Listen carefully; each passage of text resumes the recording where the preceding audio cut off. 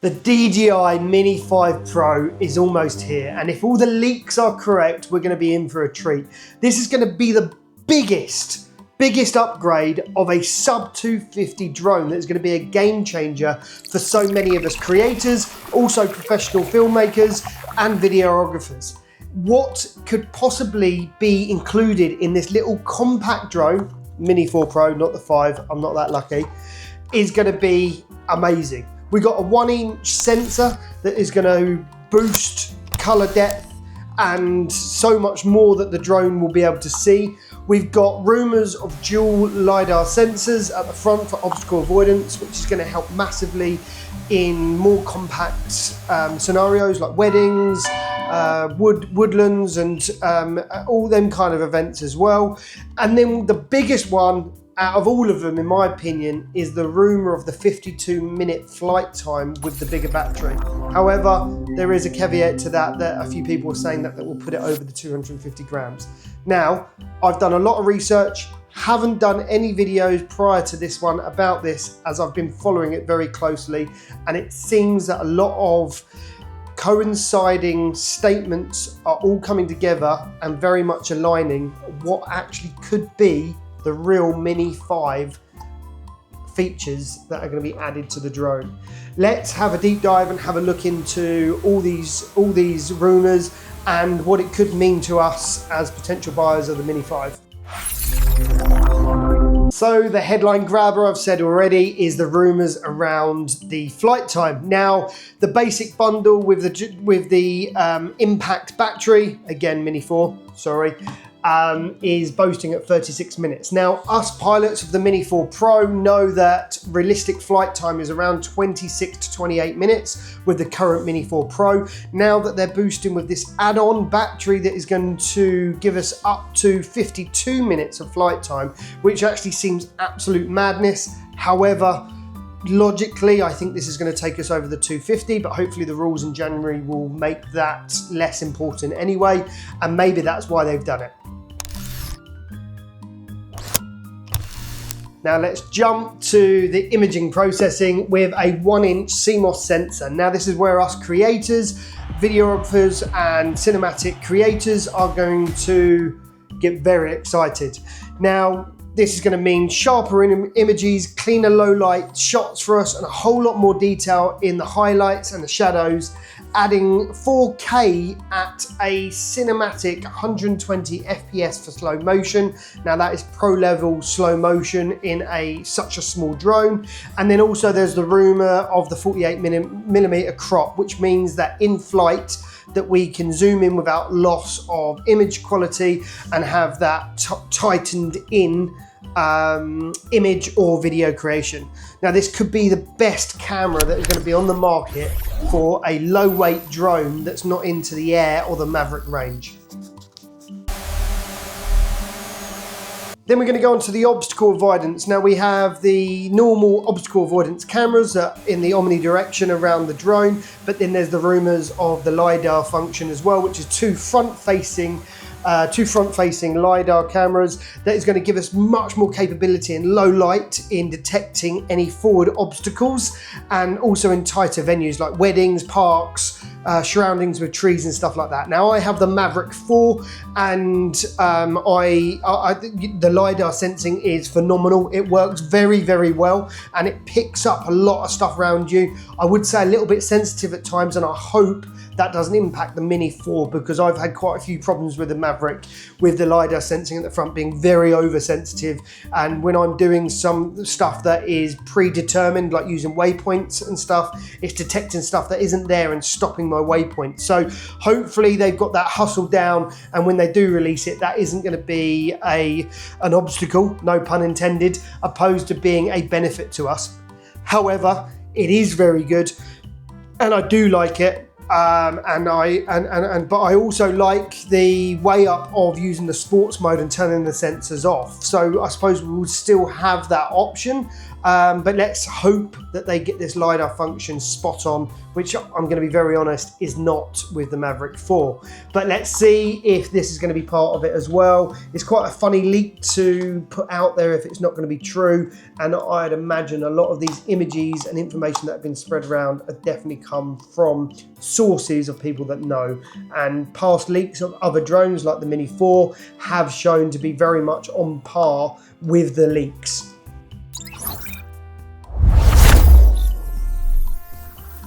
Now the transmission is also getting an upgrade with the OcuSync 4 Plus. Now this is boasting up to a 25-kilometer range. For us, definitely in the UK, obviously we've got line of sight, but what that means to me is that we're going to have a robust signal in the small bubble that we do work in. You know, be it a kilometre, 500 metres is normally around about mine with the smaller drones where I can just about see it. But it only can mean good things that we're going to have better signal, whether we're going to use that full range or not.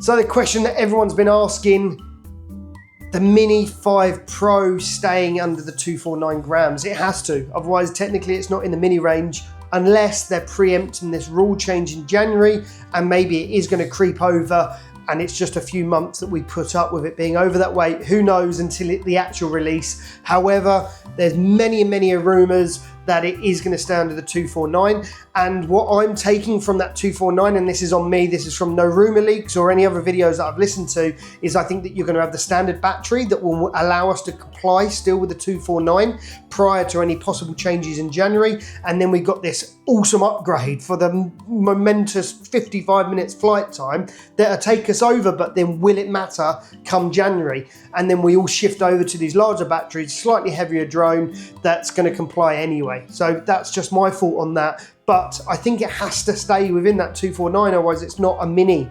It needs to be within that Mini 249 unless they are just counting on January. But then that's where I personally think the 2 battery option comes in. One to comply for now, and then you can go hell for leather with your extra flight time come January. So the combo creators bundle has already been leaked. It's going to come with ND filters, 3-port charging battery, very much on par with the Mini 4. So you're going to get that 3-port battery charger. It's stated that you're going to get ND filters included as well. There's going to be the RC2 controller, which we've already got already. And then one of the bigger things is the clip-on props. So we're not going to have these fiddly, very annoying, and anyone that has ever rounded off the heads of one of these knows how irritating it is and actually how fiddly and hard they are.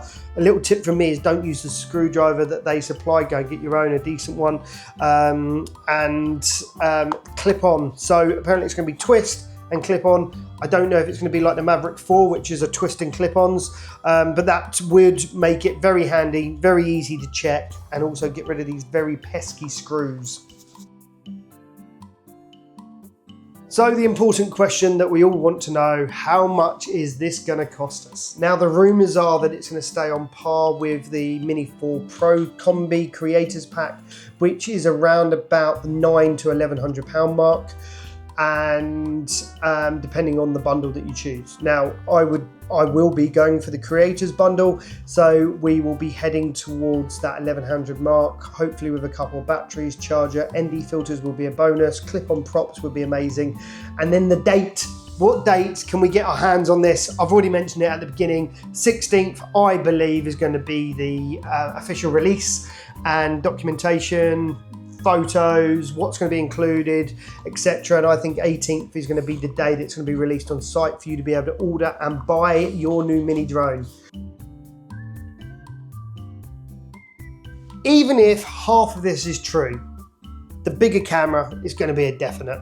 The tele lens, it's going to be, that's easy technology that they can incorporate in such a small device, because the Pocket 3 has exactly that, with that narrowing down of the area and high quality of video. So I think that's going to be easy. Pop on clip propellers.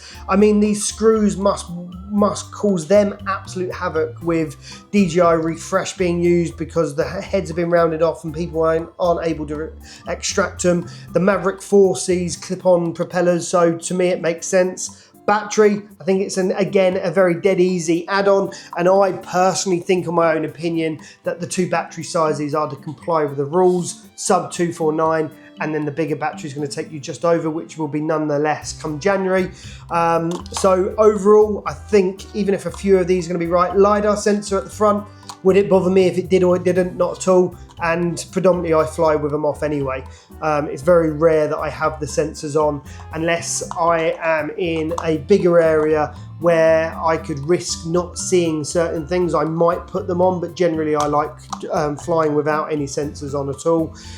So let's see, it's only a few days to go, guys. Comment below if you're thinking of upgrading. Comment below if you've got any more details, any more leaks. I am just starting a drone community called Prop Club, and this is for UK drone community. You can find it on Facebook.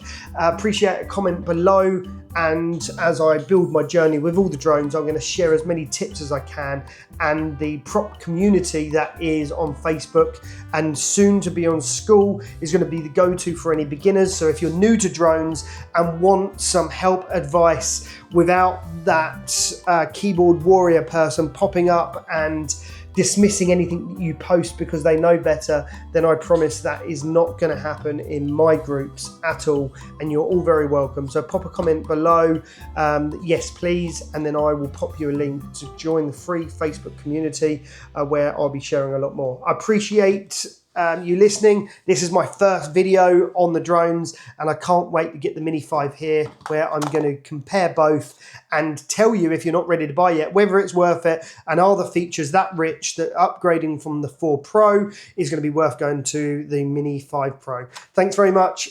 Please subscribe as well and help me grow this channel, and I appreciate any feedback, and have a great day.